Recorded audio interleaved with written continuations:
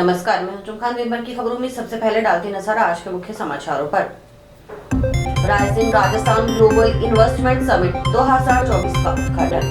नशा बेचने का विरोध करने पर फायरिंग करने का आरोप, मोहल्ले वासियों ने एसपी को सौंपा ज्ञापन।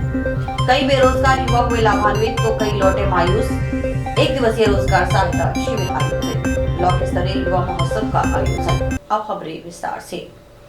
राजस्थान सरकार की ओर से आयोजित 3 दिवसीय rising Rajasthan global investment summit 2024 का उद्घाटन सोमवार को प्रधानमंत्री नरेंद्र मोदी की ओर से किया गया।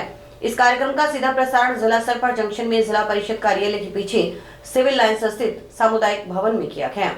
लाइव टेलीकास्ट कार्यक्रम में स्थल पर जिला कलेक्टर कानाराम, जिला परिषद के मुख्य कार्यकारी अधिकारी ओपी बिश्नोई, अतिरिक्त जिला कलेक्टर उमेदीलाल मीणा सहित जिले के उद्यमियों जिन्होंने निवेश के लिए एमओयू किया है, उनके अलावा जिले के औद्योगिक संघों के प्रतिनिधि, जनप्रतिनिधि, प्रबुद्ध नागरिक और जिला स्तरीय अधिकारी मौजूद रहे। उद्योगपति शिवशंकर खड़गावत ने कहा कि सरकार की मंशा है कि प्रदेश में अधिक से अधिक उद्योग स्थापित हों और ज्यादा से ज्यादा लोगों को काम मिले। उन्होंने बताया कि लाइव टेलीकास्ट कार्यक्रम में दिखाया गया कि क्यों इंडस्ट्री लगानी चाहिए, इंडस्ट्री लगाने के क्या क्या फायदे हैं। 3 दिन जयपुर में चलने वाली rising Rajasthan global investment summit 2024 का लाइव प्रसारण होगा।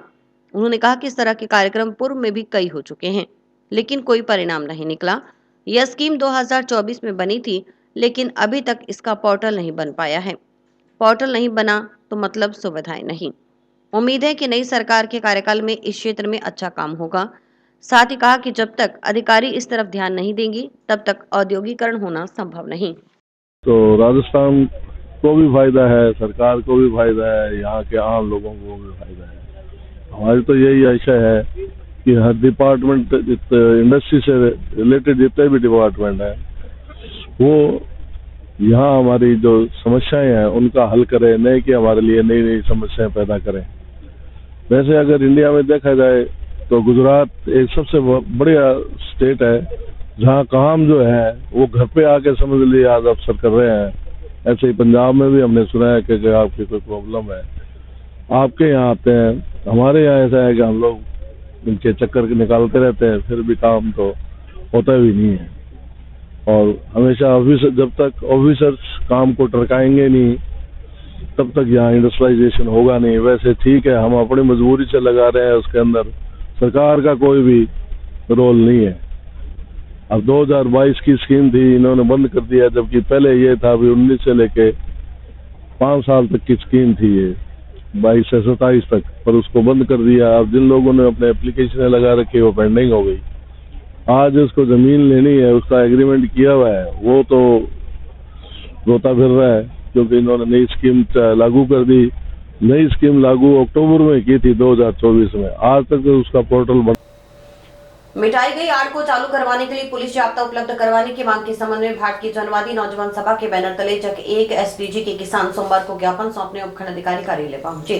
उपखंड अधिकारी के अपने चैम्बर में मौजूद नहीं होने पर नाराज किसान व डीवाईएफआई कार्यकर्ता एसडीएम के चैम्बर के बाहर फर्श पर बैठ गए और सांकेतिक धरना देकर नारेबाजी की। बाद में उपखंड अधिकारी के कार्यालय में पहुंचने पर उन्हें ज्ञापन सौंपा।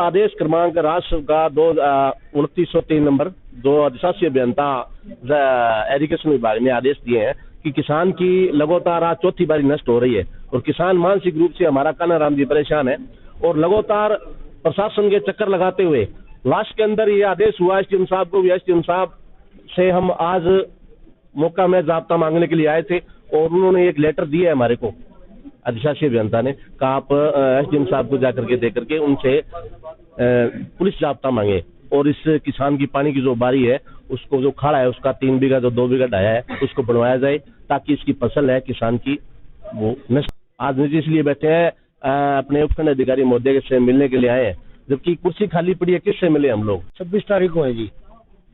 वे घेड़ा काट काट के दाप गया, हमारी कोई सुनवाई कौन करे रही। वो को देखिए आज ये हमारी बारी नाश होगी 4 और फसल हमारी सारी खराब होगी, वरना खाड़ो कटवाया जाओ किए काटो चे। कल फिर हमारी बारी है, कितने किसानों को वहाँ पारी है? मेरे 10-12 करा जी मारकन तो भी का जमीन आवे धरना पर बैठा भूखा तीसा बैठा रहा भी भूखा बैठे पे भूखा ही हटे गए। आर्य समाज हनुमानगढ़ टाउन की कार्यकारिणी का विवाद बढ़ता जा रहा है। टाउन के आर्य समाज मंदिर की दुकानों को लेकर आर्य समाज की 2 कार्यकारिणी बनी हुई हैं। दोनों की कार्यकारिणी अपने को असली बता रही हैं। इसी विवाद के बीच एक गुट ने आज प्रेस वार्ता किया और आरोप लगाया कि आर्य समाज मंदिर टाउन की दुकानों पर कब्जा करने के लिए दुकानदारों ने एक फर्जी कार्यकारिणी बना ली, जबकि हमारी कार्यकारिणी कानूनी रूप से सही है और हम दुकानों को वापस बनाकर किराया बढ़कर इन्हीं दुकानदारों को देना चाहते हैं, मगर दुकानदार बरसों पुराने किराए पर बैठे हैं और दुकानदार दुकानें खाली नहीं करना चाहते। विवाद का मुख्य विषय दुकानदारों से एक बार अस्थायी रूप से दुकान खाली करा के पुनर्निर्माण करके उन्हीं को दुकान देने का विषय हमने रखा था उनके सामने, लेकिन क्योंकि उनकी बदनीयती है, वो दुकान पर कब्जा करके रखना चाहते हैं, इसलिए उन्होंने ये दूसरे असामाजिक तत्वों से मिलके एक फर्जी कार्यकारिणी का निर्माण करके आर्य समाज पर अपने कब्जे को स्थायी रूप से करने का उन्होंने प्रयास किया है और केवल दुकानदारों से दुकान खाली करवाने या किराया बढ़ाने के विवाद को लेकर यह सारा विषय उत्पन्न हुआ है। आगे आर्य समाज के सभी सदस्य जो भी प्रशासनिक और कानूनी अवधारणाएं जो हम पर लागू होगी उनका पूर्णतः पालन करेंगे। किसी प्रकार की अशांति या व्यवस्था आर्य समाज फैलाना नहीं चाहता। हम जो भी नियमबद्ध कार्रवाई होगी हम उसको स्वीकार करेंगे। दस्तावेज एसडीएम साहब को दिखाए थे, अभी पूर्णतः अभी और सारे दस्तावेज दिखाने बाकी हैं, क्योंकि उस समय जो स्थिति बनी थी उसी के अनुसार हमने कुछ कागज प्रस्तुत किए थे। अभी बाकी और बहुत सारे कागज हैं जो हम प्रशासन और न्यायालय के सामने प्रस्तुत करेंगे। अभी विवाद न्यायालय में के अंतर्गत भी है, जिसका संभवतः कल कोई फैसला आने वाला है। कौशल नियोजन एवं उद्यमिता विभाग राजस्थान की ओर से सोमवार को जंक्शन में 1 दिवसीय रोजगार सहायता शिविर का आयोजन किया गया। जिला कलेक्टर कानाराम ने शिविर का उद्घाटन किया। जिला कलेक्टर के अलावा जिला परिषद के मुख्य कार्यकारी अधिकारी ओपी बिश्नोई, अतिरिक्त जिला कलेक्टर उमेदी लाल मीणा सहित अन्य जिला स्तरीय अधिकारियों ने शिविर में रोजगार व स्वरोजगार देने से संबंधित विभागों की ओर से लगाई गई स्टॉलों का अवलोकन किया। रोजगार सहायता शिविर में नौकरी की उम्मीद लेकर आए कई युवा मायूस होकर वापस लौटते नजर आए तो कई युवा लाभान्वित भी हुए। शिविर में रोजगार एवं स्वरोजगार प्रशिक्षण आदि से संबंधित विभिन्न संस्थाओं ने हिस्सा लिया। कौशल विकास से संबंधित स्टॉल लगाई गई। इसमें ग्रेजुएट 10वीं पास बेरोजगार युवाओं को कौशल विकास से संबंधित कार्यक्रम आदि की जानकारी दी गई। विभाग की ओर से बेरोजगार युवाओं को योजनाओं की जानकारी देते हुए उद्योग स्थापित करने के बारे में मार्गदर्शन किया गया।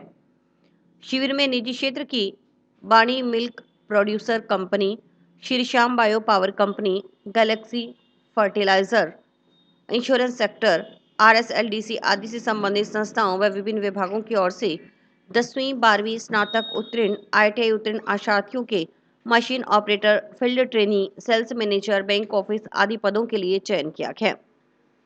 जिला रोजगार अधिकारी विनोद गोदारा ने बताया कि जिले में यह तीसरा रोजगार सहायता शिविर है। इसके बाद अगले साल फरवरी में रोजगार सहायता शिविर आयोजित किया जाएगा। कुमार हूँ, या रोजगार मेले के अंतर्गत आया हूँ।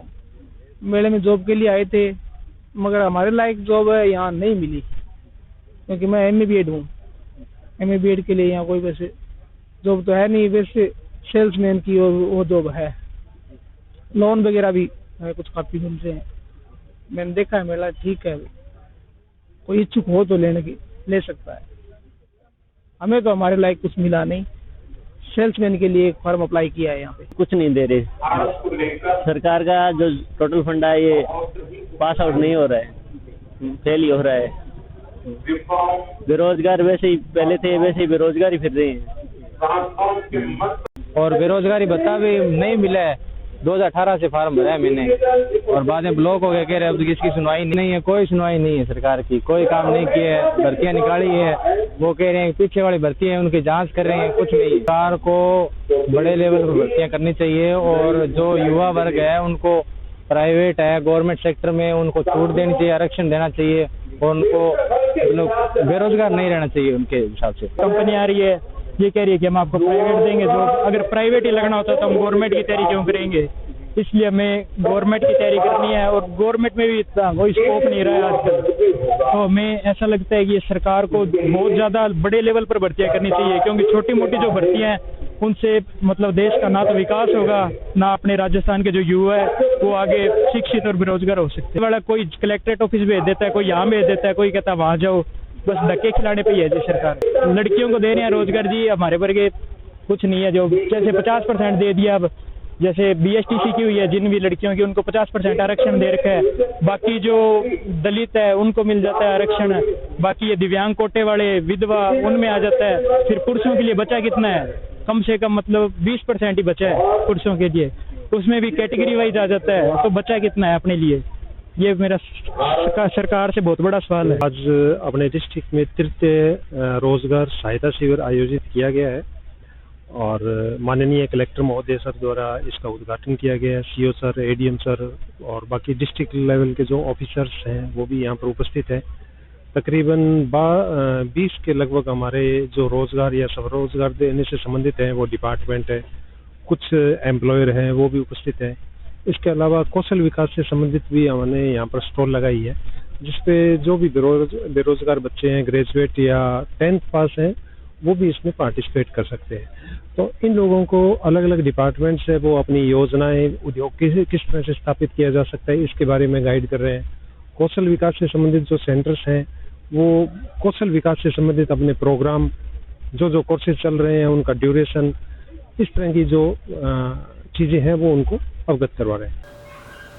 युवा वर्ग को सशक्त एवं सक्षम कर उनके सर्वांगीण विकास के लिए राजस्थान युवा बोर्ड राजस्थान सरकार की ओर से सोमवार को टाउन के राजकीय उच्च माध्यमिक विद्यालय में ब्लॉक स्तरीय युवा महोत्सव का आयोजन किया गया। कार्यक्रम के उद्घाटन सत्र में भाजपा जिलाध्यक्ष देवेंद्र पारिक, राजस्थान युवा बोर्ड सदस्य राहुल व्यास, मुख्य ब्लॉक शिक्षा अधिकारी सीमा बल्ला, तहसीलदार हरीश सारण सहित टाउन पुलिस थाना प्रभारी मोनिका बिश्नोई आदि शामिल हुए। ब्लॉक स्तरीय युवा महोत्सव में समूह लोक नृत्य व गीत, एकल लोक नृत्य और गीत, कविता, कहानी, लेखन, चित्रकला, भाषण, हैंडीक्राफ्ट, टेक्सटाइल और कृषि उत्पाद की प्रतियोगिताएं आयोजित की गई। आयोजकों के अनुसार युवा महोत्सव का उद्देश्य राज्य की दुर्लभ परंपरागत लुप्त कला और संस्कृति को प्रोत्साहन के लिए स्थानीय युवाओं की प्रतिभा को प्रदर्शित करना है। राष्ट्रीय एकता एवं सामाजिक सहयोग बढ़ाने के साथ साथ धर्म, भाषा, सांस्कृतिक जीवन जीने की कला, रहन सहन, आदतों की विविधता का सम्मान करना है।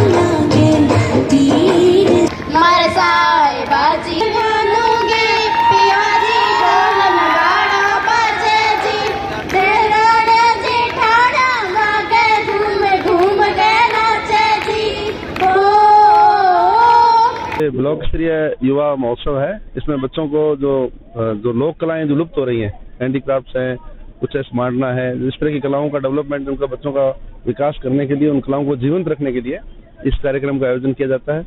इसमें 15 से 29 साल के बीच की जो प्रतिभाएं वो भाग लेती हैं और वो अपने जो जितनी भी कलाएं उनका मतलब प्रदर्शन करती हैं। यहाँ अपने द्वारा गायन और अपना ही द्वारा वादन सब उनके द्वारा ही किया जाता है। इस कार्यक्रम ये युवा मामला का जो प्रोग्राम है बहुत ही अच्छा एक प्रोग्राम है, जिसमें जो प्रतिभाएं गांव में है और कुछ छुपी हुई है वो भी अपनी प्रतिभाएं यहाँ प्रदर्शित कर सकती है।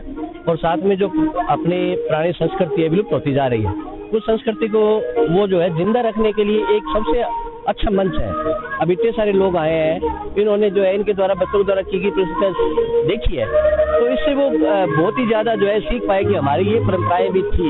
ये हमारी लोक परंपराएं हैं, हमें इन्हें भूलना नहीं चाहिए, इन्हें याद रखते हुए ऐसे हमें कार्यक्रम में भाग भी लेना चाहिए, जिससे हमारे कल्चर के बारे में पता चलता है। और आज भी कल्चर को जिंदा रखने के लिए सरकार बहुत से कार्यक्रम कर। हम इस प्रोग्राम के बारे में कहना चाहते हैं कि आज इस जमाने में हम मोबाइल और के सोशल मीडिया के चक्कर में इतना बिजी हो गए हैं कि हम अपने लोक परंपराओं को भूल चुके हैं। और आज युवा महोत्सव मनाने का हमारा एक अकेला यही महत्व है और इसके हमारा यही उत्तरदायित्व बनता है कि हम अपने लोक परंपराओं को ना भूलें और हमेशा इनको याद रखें। और इसके लिए हम बस यही कहना चाहेंगे कि हर वर्ष हर स्कूल में हर जगह पर ऐसे सांस्कृतिक प्रोग्राम होने चाहिए ताकि हम अपनी मातृभूमि से जुड़े रहें और हम अपने जो लोक सांस्कृतिक है उसको कभी ना भूल पाएं। पंजाब से आ रहे दूषित जहरीले पानी की समस्या से निजात दिलाने की मांग के संबंध में लोक जनशक्ति पार्टी के कार्यकर्ताओं ने सोमवार को राष्ट्रपति के नाम कलेक्टर कानाराम को ज्ञापन सौंपा। पार्टी जिलाध्यक्ष विकास जोड़ ने कहा कि पंजाब के औद्योगिक इकाइयों से केमिकल युक्त दूषित जहरीला पानी इंदिरा गांधी नहर में छोड़ा जा रहा है। इसको स्वच्छ बनाने के लिए एसटीपी लगाने के लिए केंद्र सरकार की ओर से 774 करोड़ रुपए का अनुदान पंजाब सरकार को दिया गया था, लेकिन यह राशि सही तरीके से उपयोग नहीं की गई और जहरीले पानी का प्रवाह बदस्तूर जारी है।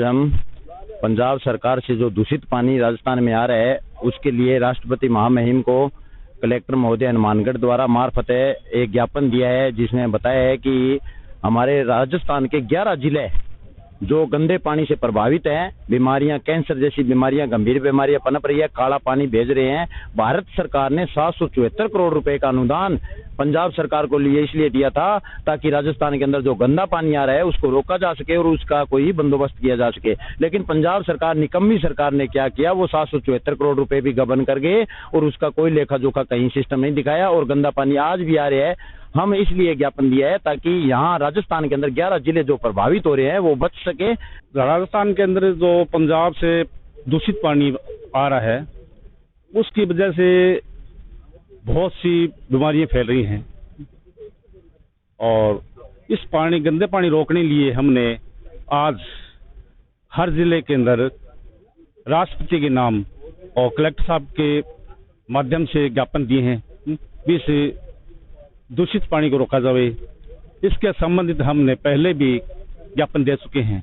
अगर हमारे इस ज्ञापन को एक्शन नहीं होता है तो हम राजस्थान पूरे जिलों में आंदोलन चलाएंगे। नशा कारोबारियों के खिलाफ कानूनी कार्रवाई करने की मांग के संबंध में जंक्शन के वार्ड 57 में पुलिस लाइन के पीछे स्थित IHFDC कॉलोनी के बाशिंदों ने सोमवार को निवर्तमान पार्षद राजेंद्र चौधरी के नेतृत्व में अतिरिक्त पुलिस अधीक्षक जनीश तंवर को ज्ञापन सौंपा। निवर्तमान पार्षद राजेंद्र चौधरी के अनुसार वार्ड 57 में काफी समय से चिट्टा, नशीली गोलियां, अफीम के नशे का कारोबार चल रहा है।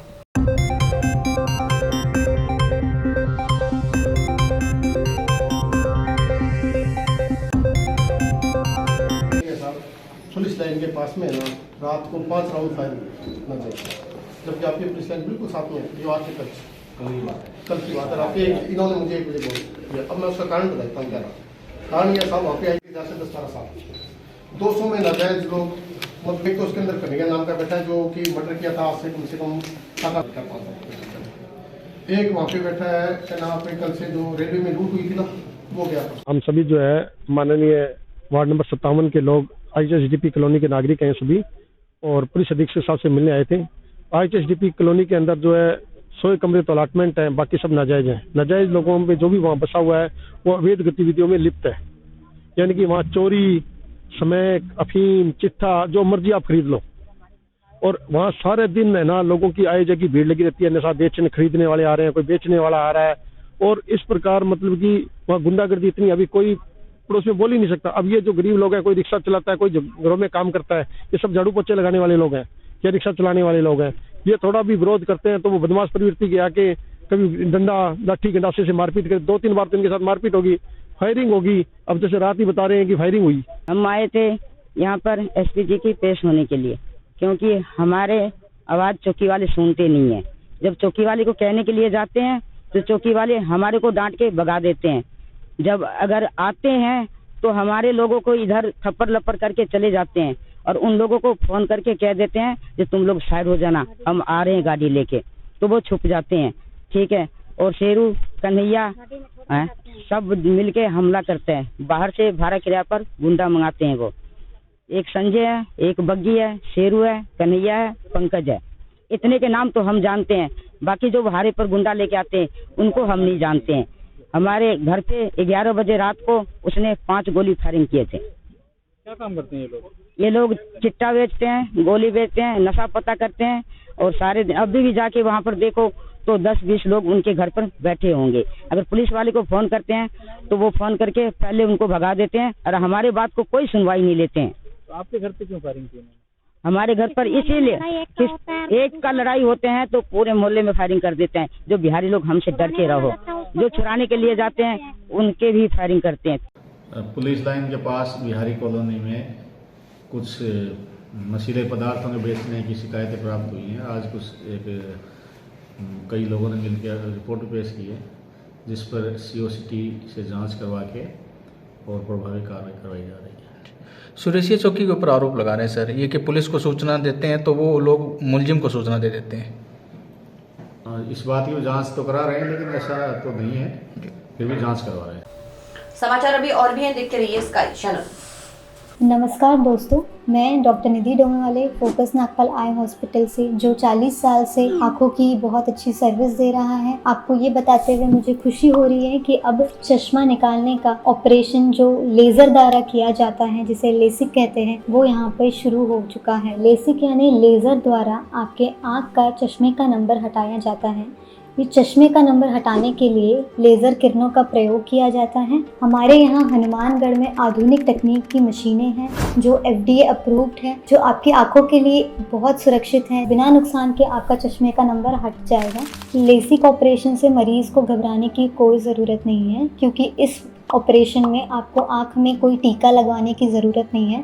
हम आँख को एक ड्रॉप यानी एक दवाई के द्वारा सून करेंगे, उसके बाद आपका ऑपरेशन होगा, जो कि 10 से 15 मिनट में हो जाएगा। चलो आए लेसिक ऑपरेशन के द्वारा अपनी नई जिंदगी की शुरुआत करें और चश्मा से मुक्त हो जाए। बाजीगर गावरिया समाज का जिला स्तरीय प्रतिभा सम्मान समारोह केसरगढ़ पैलेस में संपन्न हुआ। कार्यक्रम के मुख्य अतिथि राजपाल सिंह थाना प्रभारी खोइया थे, जबकि अध्यक्षता भोला सिंह बाजीगर ने की। समारोह की शुरुआत बाबा साहेब अम्बेडकर के चित्र पर पुष्प अर्पित की गई। मुख्य अतिथि राजपाल सिंह ने अपने संबोधन में कहा कि इस प्रकार के आयोजनों से समाज में जागरूकता आती है और शिक्षा के प्रति रुझान बढ़ता है। उन्होंने युवाओं को नशे से दूर रहते हुए समाज को आगे बढ़ाने की प्रेरणा दी। सरबजीत अमरजीत 40 NDR से, जशनदीप सिंह, जसपाल सिंह रामसरा लाहौर, माया देवी जगसीर सिंह तंदूरवाली से 70%, नानकी बाई काला राम। समाज के लोग इतने सीधे साधे हैं भी वो उल्टे सीधे काम भी करते हैं। तो हमारे पास जो भी आपका जो समाचार है वो शुभ ही होना चाहिए। ऐसे नहीं है भी कोई मेरे पास कोई सिफारिश लेके आए तो वो ऐसे आ जाए भी मैं भाई NDPS का मामला था, मैं उसमें फंस गया हूँ, मेरी मदद कर दो, है ना। ऐसे नहीं होना चाहिए। तो अगर ऐसा आदमी मेरे पास कोई आएगा तो उसको पट्टे ही मिलेंगे और कुछ नहीं मिलेगा, सीधी बात है। कोई आपका वाजिब काम है, आपके साथ कोई अन्याय हो रहा है, कोई भी आपका मामला है, कोई अन्याय हो रहा है आपके पास, तो बिल्कुल मेरे पास आओ, मेरे को फ़ोन करो।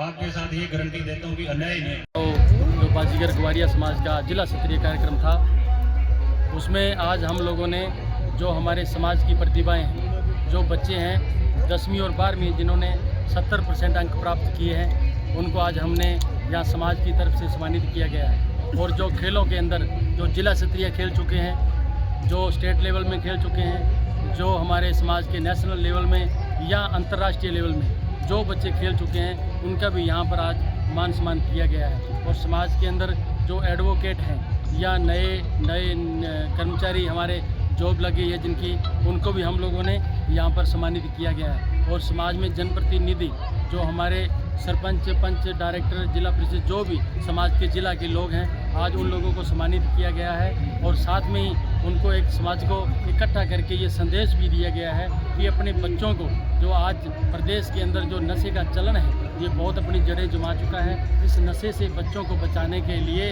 हम लोगों को प्रयास करना चाहिए। उनका ध्यान शिक्षा की ओर, खेलों की ओर मोड़कर हमने अपने बच्चों को बचाने का ये संकल्प लिया। घर के नजदीक ज्वाइनिंग देने की मांग को लेकर एक सरकारी अध्यापक ने सोमवार को पूर्व विधायक धर्मेंद्र मोची के नेतृत्व में जिला शिक्षा अधिकारी माध्यमिक हंसराज जाजेवाला को ज्ञापन सौंपा। अध्यापक कुलदीप ने बताया कि उन्हें घर से काफी दूर नई ज्वाइनिंग मिली है, इसलिए वह अपनी परिवेदना लेकर जिला शिक्षा अधिकारी माध्यमिक के पास आए हैं ताकि परिवेदना का निस्तारण हो और घर के नजदीक ज्वाइनिंग मिले।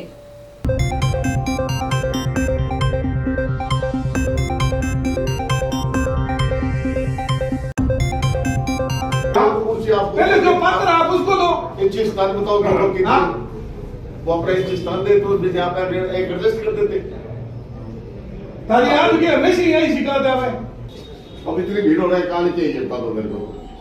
आपने प्रसाद किया तो पेपरों का टाइम है, ये लोग यहाँ वो बुलाने गलती नहीं हो रहा है, बढ़े एक आदमी को नहीं। हाँ बात तो सही है, जो उसके हिसाब से बढ़े बुलाने गलती करने एक बंदे का बोलना भी आज यही है, जैसे हमें घर से दूर काफ़ी दूरी पे नया जो ज्वाइनिंग मिली है, इसीलिए हम अपनी परिवेदना देने आए हैं और ताकि उसका निस्तारण हो और घर के नज़दीक मिले, इसलिए हम आए।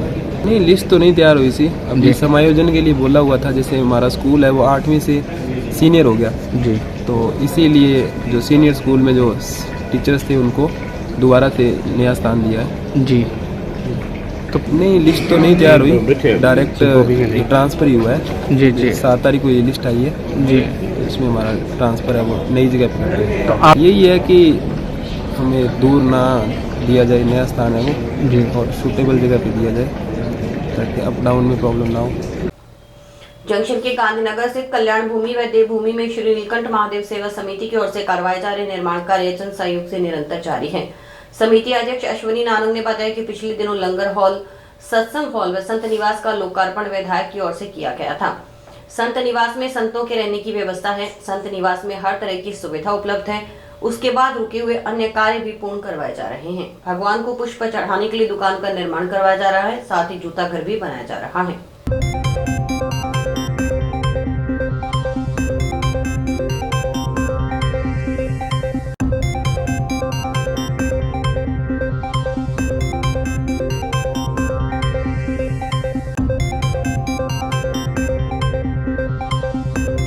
शंकर भगवान की जय, काशी विश्वनाथ भगवान की जय। श्री नीलकंठ महादेव सेवा समिति द्वारा जो कल्याण भूमि में और देवभूमि में कार्य करवाए जा रहे हैं वो लगातार निरंतर जारी है। लोगों के सहयोग से, जन सहयोग से, पूरे शहर का सहयोग रहता है इसमें। अभी लंगर हाल, सत्संग हाल और संत निवास का उद्घाटन माननीय विधायक जी करके गए थे। उसके बाद जो बाकी काम रुके हुए थे वो भी काम पूरे करवाए जा रहे हैं। अभी एक तो फूल पुष्प जो भगवान को भेंट किए जाते हैं उसके लिए एक दुकान बनाई जा रही है, और साथ में जूता घर, पहले इसकी व्यवस्था नहीं थी, अब वो जूता घर बनाया जा रहा है। और बाकी और भी कई काम हैं, यज्ञशाला बननी है, उसके अलावा और भी काम कल्याण भूमि की तरफ भी होने वाले हैं। वो सभी काम लगातार चल रहे हैं। और इसी के साथ समाचार समाप्त हुए। रोजाना देखते रहिए समाचार। नमस्कार।